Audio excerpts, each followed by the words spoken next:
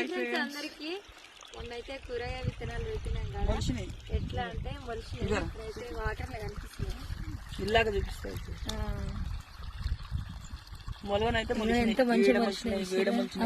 వాడ మొలిచినాయి. ఇంకోడైతే పుచ్చకాయ చెట్లు మొలిచినాయి. వాటర్ మిలన్ నీళ్ళు పెట్టేసరికి మునిగిపోయినాయి. కాకపోతే మళ్ళీ అయితే విత్తనాలు మొత్తం మొలకెత్తినాయి అన్నమాట. కొన్ని రోజులు మంచి కనబడతాయి. కొద్ది రోజులు అయితే ఇప్పుడు మొత్తం నీళ్లు పెట్టినా కాబట్టి సరిగ్గా అనిపిస్తలేదు. ఇక్కడ చూసిరా, అక్కడ కూడా మొత్తం నార ఎట్లా మొలిచిందో చూడరు. ఏం నారో ఏమేం కథనో అవి మొలిచిన దాకా గుర్తులేదు మాకైతే.